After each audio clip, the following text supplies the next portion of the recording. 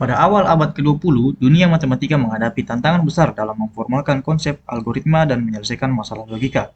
Salah satu pertanyaan fundamental yang muncul adalah, apakah ada algoritma universal yang dapat menentukan benar atau salah untuk setiap pernyataan logis? Pertanyaan ini dikenal sebagai Entscheidungsproblem atau masalah keputusan, yang diajukan oleh matematikawan Jerman David Hilbert. Kemudian di tahun 1936, seorang matematikawan jenius bernama Alan Turing mencoba menjawab pertanyaan ini dengan merilis sebuah jurnal yang memperkenalkan sebuah konsep revolusioner bernama mesin Turing. Turing mendefinisikan mesin Turing sebagai model teoritis untuk memahami komputasi dan membuktikan bahwa tidak ada algoritma universal yang bisa menyelesaikan semua masalah matematika. Dengan kata lain, Turing menunjukkan batasan dari komputasi. Dengan gagasan mesin Turing, Alan Turing berhasil menjawab permasalahan dari David Hilbert dan sekaligus menjadi lahirnya model dasar dari komputer modern kelak. Mesin Turing yang diperkenalkan oleh Alan Turing bukanlah mesin fisik, melainkan sebuah alat konseptual yang dirancang untuk memahami apa yang sebenarnya bisa dihitung oleh sebuah algoritma. Alan Turing membayangkan mesin Turing sebagai mesin sederhana yang terdiri dari 3 bagian utama.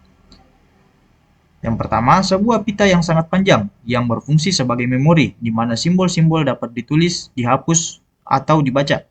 Pita ini bisa dianggap sebagai kertas kerja bagi mesin. Pada pita tersebut, simbol yang bisa ditulis adalah angka 1, angka 0, dan simbol kosong.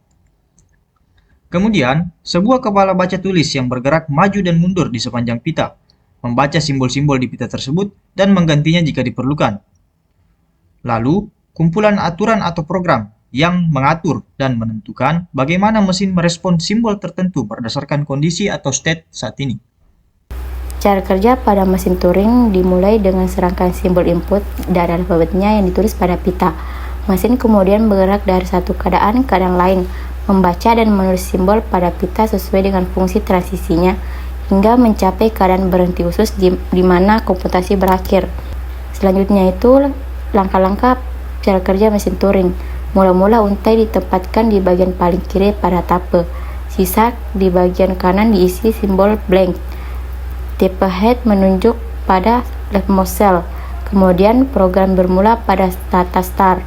Selanjutnya itu kemudian kalau tercapai stata hal, komputasi kita hentikan. Untai diterima mesin Turing.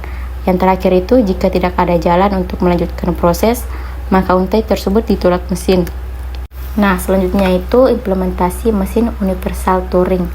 Mesin universal Turing memiliki hubungan erat dengan komputer modern karena ide dasarnya menjadi fondasi konsep komputasi.